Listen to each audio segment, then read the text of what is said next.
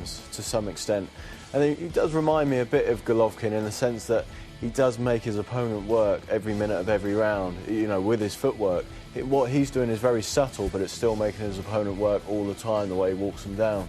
Shown he's got a good set of whiskers himself too, because he took some big right hands from Pascal in that fight, and Pascal is not a light puncher. Pascal can really punch too, you know, and at times I was surprised with the body shots that Pascal made it quite obvious he was targeting the body in this fight, hoping to get into the later rounds of the fight. Obviously that's the game plan, but he was unfortunate in doing so. But as you see here, I mean, it's pinpoint accuracy all the way through. He'll throw even if your hands are up, because he knows when he's hitting the gloves he's getting a response and a reaction out of the fighters too, and that's the big thing there. Even hitting gloves, you can see from Pascal's reaction, he's thinking, this has never happened to me before. And everyone who he faces, he's hitting gloves, shoulders, the chest, the arms. They're all having the same reaction. It's like something they've never felt before. I think the thing with Pascal as well is he had to invest to the body, which he tried to do, but he had to pay a price for getting in close, and he did pay a big price, you know, because you leave yourself open when you come in that close, and he did. And I think there were openings that Kovalev didn't take earlier in the fight. Pascal was coming in, and I think he would have been open to a left uppercut earlier through the fight. Kovalev didn't throw the shots. He didn't need to in the end. But, you know, breathtaking display of guts from Pascal. Really impressive stuff. After 3 or 4 rounds, it looked only a matter of time. Then Pascal showed this superhuman effort to get back into it a bit. I think that's his last hurrah, and as Tris said before, you know, he thinks Pascal should go the body, because, I mean, the big thing about Kovalev is, do we know he's got the minerals when it gets into the later rounds? The Hopkins fight showed us so much, but it was all at his own pace, and there was nothing really coming back from Hopkins.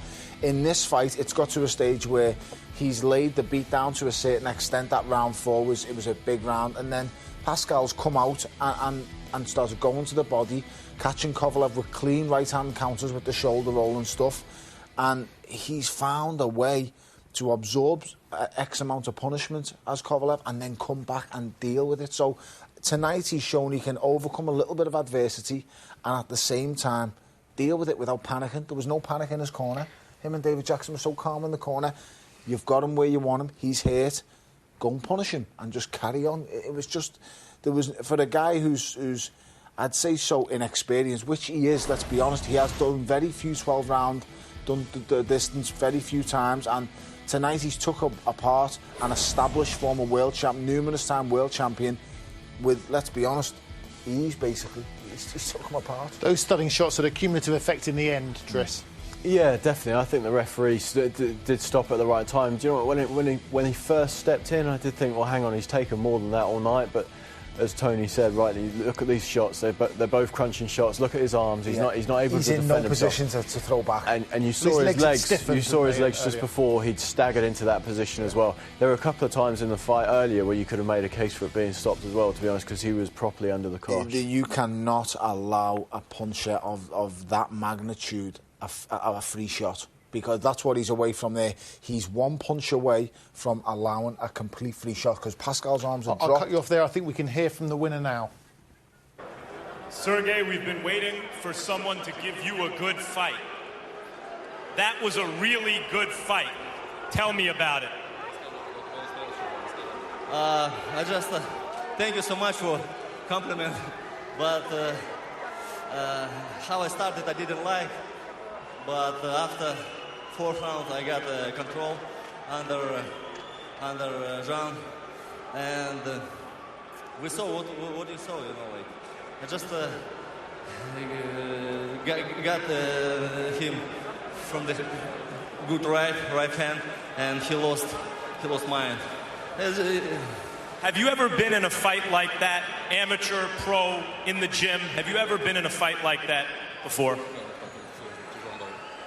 Sure, it was a harder fight than this one.